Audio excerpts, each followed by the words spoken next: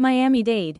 The non-transparent business of developers and eternal politicians, the Carlos Giménez case. When a politician always sides with developers, he ends up losing his soul, and, even worse, dragging an entire community down with him. That's what we're witnessing in Miami-Dade, where politics and real estate business have become so intertwined that they are practically indistinguishable. The formula? Always the same. Commissioners, mayors, and even congressmen who, after years in public office, jump from one position to another, many with lackluster records, questionable decisions, and promises never kept, continuing to play the same game. Supposedly, private projects that, in reality, we all pay for through our taxes.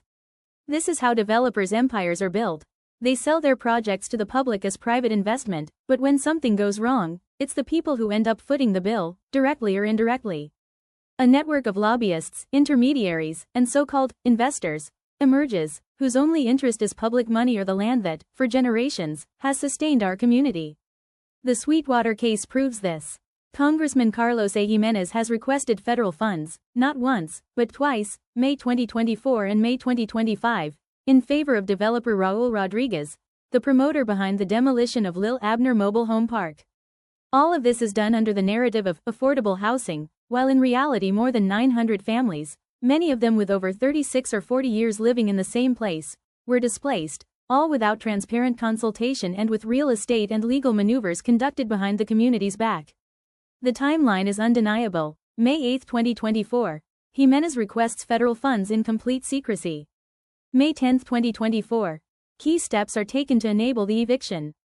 November 12, 2024. Families receive eviction notices and public protests begin. May 23, 2025.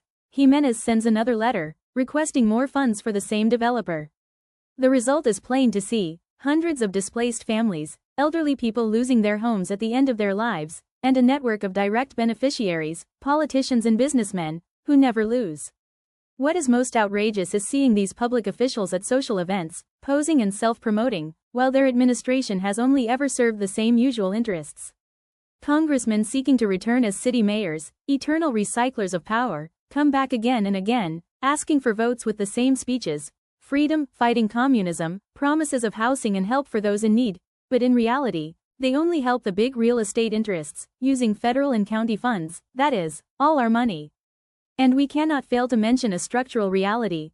All across the country, but especially in Miami-Dade, many developers legally contribute to the financing of political campaigns through political action committees, PACs, and legal donations. This influence, while permitted by law, can affect the priorities of those who legislate and manage public resources, reinforcing a system where private interests too often take precedence over the interests of the community. And a word of warning: another trailer park eviction is looming in the northwest part of the county, only pending a decision by the zoning board. Here, the old saying applies: if you see your neighbor's beard catch fire, start soaking your own. Let no one be deceived. What is happening today in Sweetwater can be repeated, and get even worse, in any part of Miami-Dade. The story of Sweetwater is just another chapter in the ongoing drama in Miami-Dade, when business and politics merge and the people end up paying the price. The people deserve transparency, justice, and representatives who serve the common good, not private interests. Miami-Dade suena. Noticias, negocios, el condado, tu ciudad entera. Política, arte y comunidad. Todo lo que pasa en tu localidad. Conoce, aprende, vive tu condado. Desde lo local hasta la federalidad. Train, la voz de Miami.